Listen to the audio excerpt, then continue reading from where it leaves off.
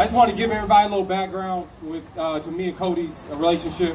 So coming up in the scene, 2009, 2008, 2009, 2010, I was on the outside looking in, and every time I looked in, I saw Codie working, and I saw Codie moving, and I saw him building relationships. I mean, I damn near followed him around the country for a while there, from New York to Austin, even overseas, all damn near. So, you know, watching him do what he does, and now that I feel like I'm somewhere in the building, I appreciate what you're doing because I know what it took to do what you do. You know what I'm saying? So bless up. Bless up. Everybody know he an OG. Bless up. Bless up.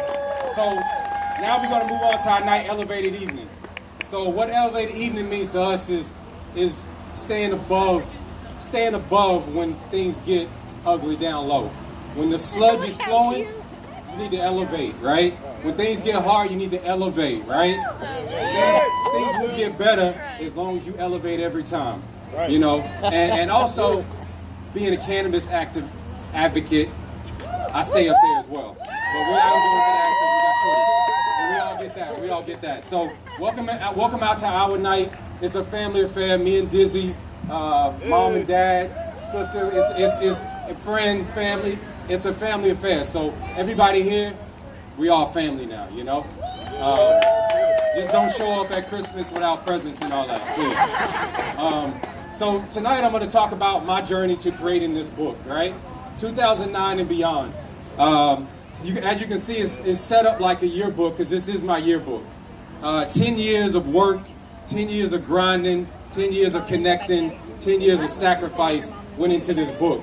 And nothing about the creation of this book was calculated. This was all, I mean, I hate to say it, the creation of this book was an afterthought. I was just experiencing life. I was just watching other people experience life, you know, when I created all these images in this book. So throughout that journey, I'm going to talk about and touch on a few points that will help you understand and maybe help you realize your own journey. And I just want to preface this by saying nothing about what I'm saying is a blueprint. We all have our own individual experience. This is just a perspective. I'm just telling you what I've done, you know. So just take what you want from it and use it, you know. So the first point I'm going to make tonight, we're going to talk about resiliency. Everybody knows about resiliency, right? When you get down, you get up, right? We up there. You get down, you get up there. And my story starts like a lot of stories, like, you know, it's tragedy to triumph. 2008, 2009, I was going through what everybody else was going through, the recession. I had to change my lifestyle. I was making money, now I'm not making money.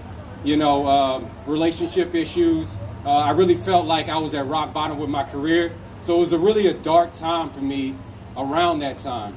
And so I made a change. I left Orlando, Florida.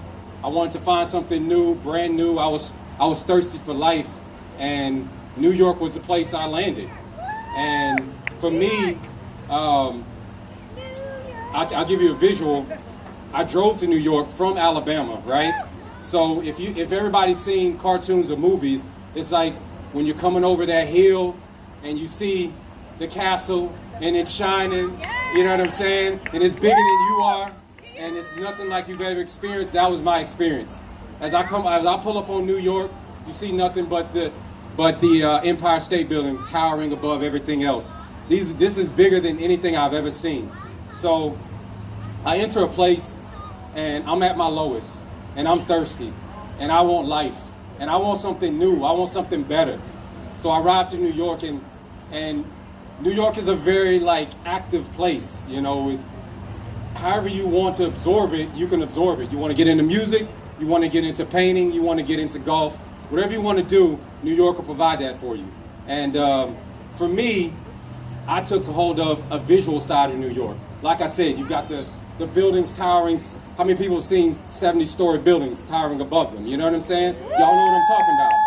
Life it changes. Like you see things different. So I arrived in this city. Everything's fast. There's 1 million people on the subway. There's 200,000 people in Times Square buzzing around me. Cars are moving fast. The buildings are big. And I'm in this place, and I find photography. You know, I was always sort of interested in the arts. I was in music, and photography is what quenched my thirst. So, you know, with that simultaneously, I found this underground music scene, which was like very vibrant at the time. It was very, very much like a community, and they were very inviting. And even though I was rolling dolo from event to event, shooting this, shooting that, all on my own, sometimes I even paid to get in just to shoot an event. You know what I'm saying? That's what it's about. That's what putting the best foot forward is about. So I'm moving like I'm moving. I'm at South by, I'm at New York, I'm in Alabama. I'm making these moves to create a momentum for me to restart a life that I felt like I lost. So as I'm moving through my time, I had an opportunity to work with a streetwear brand named Mishka. If you know Mishka, they're based in Brooklyn. Yeah, shout out Mishka. Right. So I'm working with this company, and that's like my first experience into big business. Big designs. Everything was like very big business, and I didn't really understand or grasp what that was, but it was a great experience for me because it really opened up my eyes.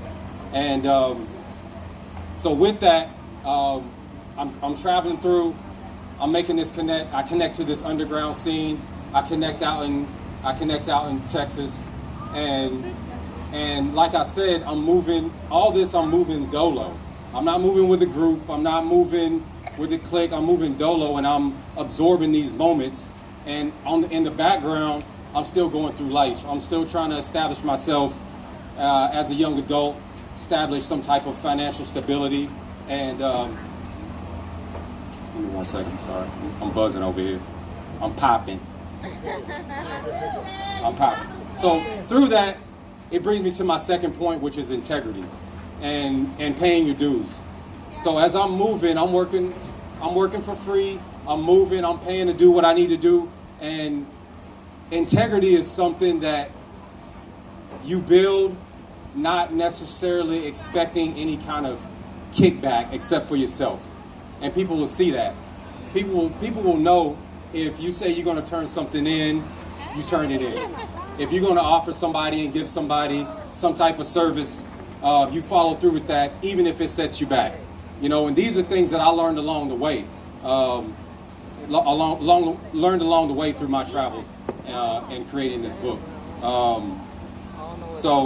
And with that, I never expected anything that wasn't owed to me.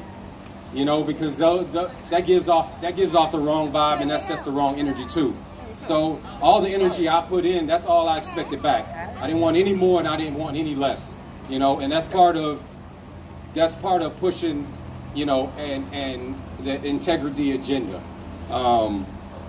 So as I'm moving through, I'm trying to establish myself. I'm trying to create a profile for myself where people look at me as somebody that can get the job done, somebody that's a stand-up guy, somebody who's willing to work hard, and with that, I brought upon myself a lot of sacrifice. So when I'm making these moves, I'm missing time on the clock with my family. I miss my sister's graduation. I miss my brother's first child being born. You know, I sacrifice time on the clock. I sacrifice opportunities to go party, go take vacation. And I was able to sacrifice that much, but some people, they only have so much they can sacrifice. But I say that whatever you can, you have to be able to give it up. You know, if you work 4 days a week, you got your kids 2 days a week, you only got 1 day to yourself. With that 1 day, you probably need to put it all into your art or your music, your photography, your painting, you know, and give it your all. So, and I'll tell you a quick story about actually my brother's little girl being born. Hours after she was born, I'm FaceTiming. This was like at the beginning of FaceTime. I'm FaceTiming her in a sea of about 1,000 people watching Kendrick Lamar on stage, and I'm FaceTiming watching my little niece being born. She still got she still got the goo on her face. You know what I'm saying? Like fresh out. That's all you. That's all you. So, you know, and that's the moment that's very dear to me, and it was offered through music, and it was offered through photography. So those are a couple points about sacrifice, and as I'm going through these sacrifices, I'm also creating a storyline. Okay, if you're going to create art, if you're going to just create it all, create a storyline. Give yourself something to follow. Give yourself something to look back on. And that brings us to another point of why I was doing this book, is because if you just open this book and you just look at the photos, a lot of it is taken out of context, you know, because in the background there was my experiences going on, and there was experiences of the artist going on. And I'm going to show you a little bit more about that when we do a little slideshow at the end. But I caught myself explaining the book more and more and more, and I just realized like I need to do something to